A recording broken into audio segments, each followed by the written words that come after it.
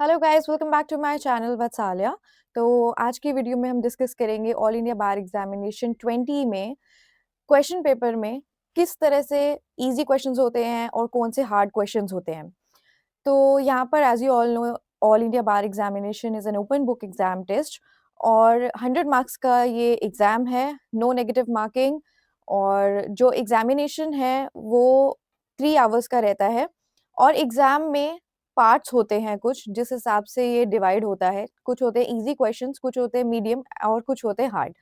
अब easy questions में क्या होता है कि आपके डायरेक्ट बेयर एक्ट से क्वेश्चंस पूछे जाते हैं, direct from the index section, या फिर आपकी इलस्ट्रेशंस हो गई, टाइटल हो गया, हेडिंग ऑफ द सेक्शन हो गया, प्रोवाइज़ो हो गया, एक्सप्लेनेशन हो गया। ये होते हैं डायरेक्ट, जिसमें आपको अपनी सीधा बुक खोल के आंसर्स निकालने होते हैं या फिर आपको खुद से आते हैं। फिर होते हैं कुछ मीडियम। मीडियम में होता है जैसे आपसे पूछ लिया जाए डिफरेंस कहाँ पर है, या फिर कॉन्ट्रैक्ट से क्वेश्चंस पूछे जाएँ, टॉर्ट से पूछे जाएँ जिसकी कोई बेयर एक्ट ही नहीं है, जैसे टॉर्ट की कोई बेयर एक्ट नहीं है, तो वो होते हैं मीडियम, जिसमें बेसिक पूछा जाएगा टॉर्ट के बारे में, जैसे टॉर्ट क्या है, सिविल रॉन्ग है या फिर क्रिमिनल लॉ रॉन्ग है, बोथ है या फिर नन ऑफ द अबव है, तो it is the civil wrong. ऐसे करके ये मीडियम टाइप्स ऑफ क्वेश्चन हो गया।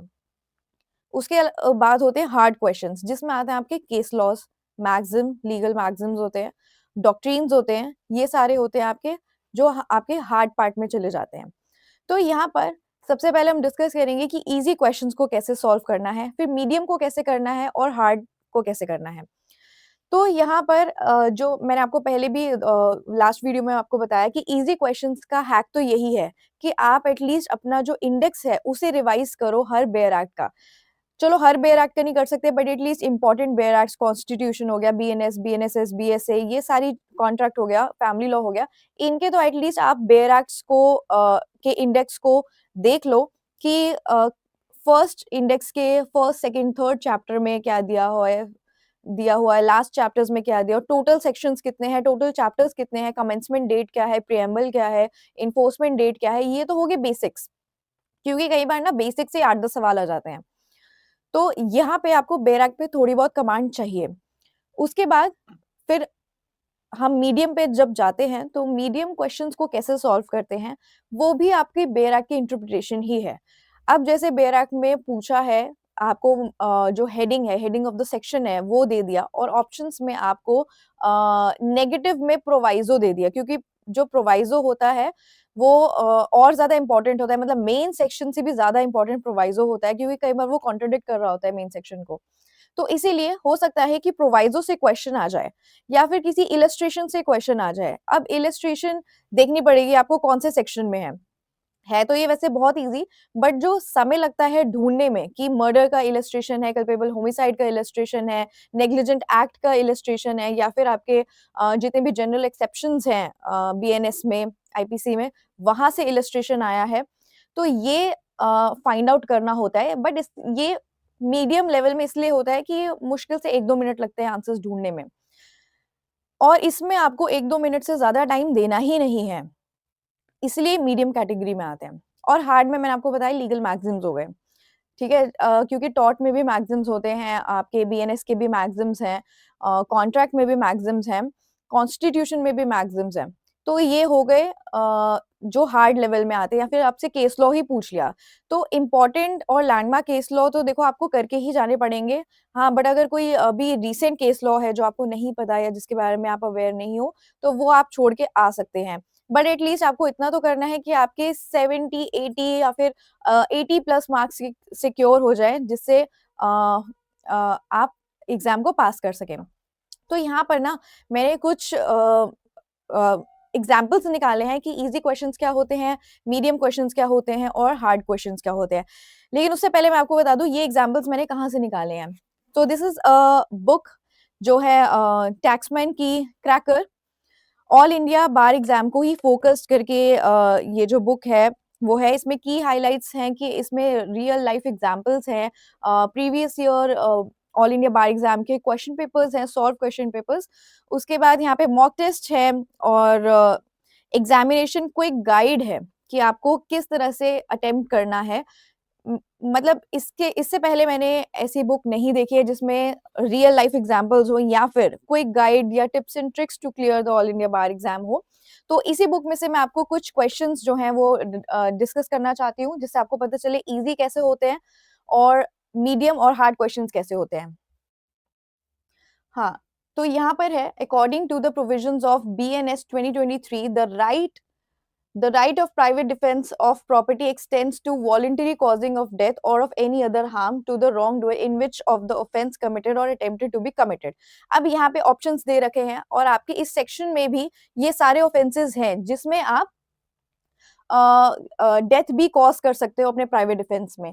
अब यहाँ पे क्या करना है, जैसे ही आपने देख लिया कि प्राइवेट डिफेंस का ये क्वेश्चन है, तो आप प्राइवेट डिफेंस वाले सेक्शन में जाएंगे बीएनएस के और वहां पर देखेंगे कि कौन से ऑफेंसेस के ऑप्शन दे रखे हैं। रॉबरी है, हाउस ब्रेकिंग आफ्टर सनसेट है, थेफ्ट, मिसचीफ और हाउस ट्रेसपास है। ये 3 है। अब यहाँ पर आप वेरीफाई करेंगे कि सेक्शन में क्या दे रखा है। अब ऑप्शंस देख लेते हैं। ए में है 1 ओनली, बी में है 1 and 3, 1 and 3 both, robbery and theft, mischief and और हाउस ट्रेसपास। सी में है 1 and 2 both, robbery, house breaking after sunset. D में है 1 2 3 ऑल। तो अब आपको क्या करना है, आपको सीधा प्राइवेट डिफेंस वाले सेक्शन में जाना है और वहां पर देखना है कौन से ऑफेंसेस वहां पे मेंशन कर रखे हैं। तो यहाँ पर जब आप पढ़ेंगे, ये आपका सेक्शन है, section 41, when right of private defence of property extend to causing death. यहाँ पर क्या है, रॉबरी है, हाउस ब्रेकिंग आफ्टर सनसेट है, मतलब पॉइंट 1 जो है वो वेरीफाई हो गया, point 1 is okay, point 2 is also okay. उसके बाद है मिसचीफ बाय फायर और एनी एक्सप्लोजिव सब्सटेंस, ये यहाँ पर नहीं है, यहाँ पे सिंपल मिसचीफ दिया हुआ है। और फोर्थ में डी ऑप्शन दे रखा है, थेफ्ट, मिसचीफ और हाउस ट्रेसपास।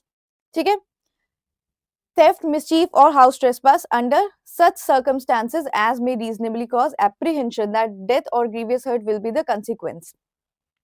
अब जो यहाँ पे है पॉइंट 3 नॉट वेरीफाइड, यहाँ पे नहीं है, तो आपका आंसर क्या हो जाएगा, सी ऑप्शन 1 एंड 2 बोथ। अब ये आपने बहुत ही आसानी से निकाल लिया। आपने सबसे पहले आप जनरल एक्सेप्शंस में गए, उसमें भी सब सेक्शन में गए आप, चैप्टर सब chapter of right to private defence. अब आपने सेक्शन में जाके देखा कि उसमें क्या स्टेटमेंट दी हुई है और यहाँ पे कौन कौन से ऑफेंसेस मेंशन है। फिर आपने उन ऑफेंसेस को मैच किया अपने क्वेश्चन से और वहां से आपने अपना आंसर जो है वो टिक किया। तो ऐसे करके आपको आंसर ढूंढना है। तो ये क्या है, ये इजी लेवल ऑफ क्वेश्चन है, क्योंकि आपसे डायरेक्ट पूछा हुआ है कि कौन कौन से ऑफेंसेस में आप डेथ कॉज कर सकते हैं। ठीक है, उसके बाद यहाँ पर अब दूसरा एग्जाम्पल देख लेते हैं जिसके अंदर ये मीडियम लेवल ऑफ क्वेश्चन है। मीडियम लेवल ऑफ क्वेश्चन कैसे है, यहाँ पे क्वेश्चन है, the reports of CAG controller and auditor general of India relating to the accounts of a state shall be submitted to.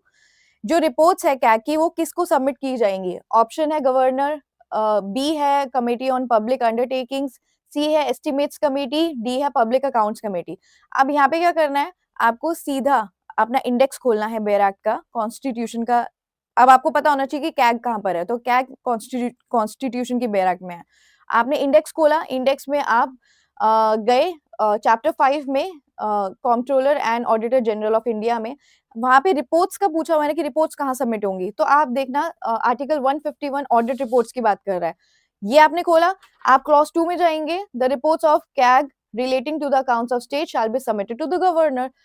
अब यहाँ पे गवर्नर ए ऑप्शन में है, तो गवर्नर इज द आंसर। ये हो गया आपका मीडियम। बट क्यों मीडियम क्यों है, क्योंकि आपको यहाँ पता होना चाहिए कि क्या कौन से चैप्टर में है या फिर कौन से बेयर एक्ट में है, कौन से सब्जेक्ट का ये क्वेश्चन है। यहाँ पे आपको सारा का सारा दे रखा है कि क्लियरली मेंशन है कि आपको स्टेप बाय स्टेप कैसे कैसे आंसर फाइंड आउट करना है।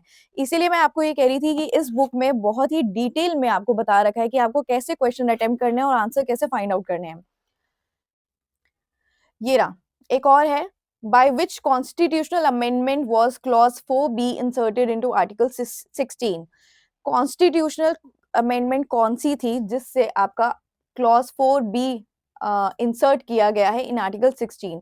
81 कॉन्स्टिट्यूशनल अमेंडमेंट एक्ट, 77, 91, 85। अब यहाँ पे क्या करना है, यहाँ पे आपका बेयर एक्ट में आपका आर्टिकल तो मेंशन है, क्लॉज 4 भी मेंशन है। अब इसकी कॉन्स्टिट्यूशनल अमेंडमेंट क्या थी? वो आपकी ना, जैसे आपकी बेयर एक्ट का पेज खत्म होता है ना, उसके नीचे कुछ पॉइंटर्स दिए होते हैं। उन पॉइंटर्स में डेट भी होती है, अमेंडमेंट एक्ट भी दिया होता है, उसकी एनफोर्समेंट डेट भी दी होती है। अब यहाँ पे अगर आप अच्छा, जब भी कोई नीचे नोट्स होते हैं ना, तो ना आपके बेयर एक्ट के पेज में कुछ छोटे-छोटे नंबर्स लिखे होते हैं 1, 2, 3, 4। तो जैसे अब 4 पे लिखा हुआ है 4B पे, तो 4 पे जाएँगे, inserted by constitutional 81st amendment act 2000, तो A option A is the answer. ऐसे करके आपको ढूँढने हैं और ऐसे करके आपके सारे के सारे जितने भी स्टेप्स हैं कि आपने कैसे आंसर ढूँढना है, ये भी यहाँ पे मेंशन्ड है। इसके बाद ये देख लेते हैं, बीएनएस का क्वेश्चन है, Bharatiya Nyaya Sanhita 2023 consider force to be criminal force. A है when it is used unintentionally, when intentionally uses force only, when it is used intentionally without consent causing injury, fear or annoyance, when it is used in self defense। अब criminal force के आप section पे जाएंगे, criminal force के section में जाके आप वो पढ़ेंगे, सेक्शन पढ़ेंगे, whoever intentionally uses force to any person without that person's consent and cause injury, fear or annoyance। Option C आपका बिल्कुल मैच कर रहा है, तो option C is the only answer. और ऐसे करके आपको यहाँ पे देखा वही स्टेप बाय स्टेप कि आपको कैसे आंसर्स फाइंड आउट करने हैं। तो ये सारे तो हो गए कि आपको कैसे क्वेश्चन को अटेम्प्ट करना है, कैसे आपको इंडेक्स से पहले तो आपको सेक्शन ढूँढना है, फिर सेक्शन से आपको कैसे आंसर ढूँढना है। यही वर्ड ट्रिक्स होती हैं। तो इसीलिए मैंने आपको ये बुक रिकमेंड करी थी, टैक्समैन की क्रैकर। और इस को जब आप परचेज़ करेंगे तो आपको टैक्समैन की वेबसाइट पे आप अगर मेरा डिस्काउंट अप्लाई करेंगे वत्सालिया 10, तो आपको 10% डिस्काउंट मिलेगा। और सिर्फ क्रैकर के लिए नहीं, यहाँ पे काफ़ी सारे ऑल इंडिया बार एग्जामिनेशन के लिए कॉम्बोज़ भी हैं, अदर बेयर एक्ट्स भी हैं। नॉट इवन फॉर लॉ, यहाँ पे सारे कोर्सेज़ के लिए भी है, सीए, सीएस के लिए भी काफ़ी सारी बुक्स अवेलेबल हैं। आप किसी भी बुक्स पे या फिर किसी भी परचेज़ पर ये डिस्काउंट जो है वो अवेल कर सकते हैं। तो ऐसे ही आपको आंसर्स फाइंड आउट करने हैं। तो मिलते हैं नेक्स्ट वीडियो में। Thank you so much for watching this video and please subscribe to my channel and share this video. Thank you.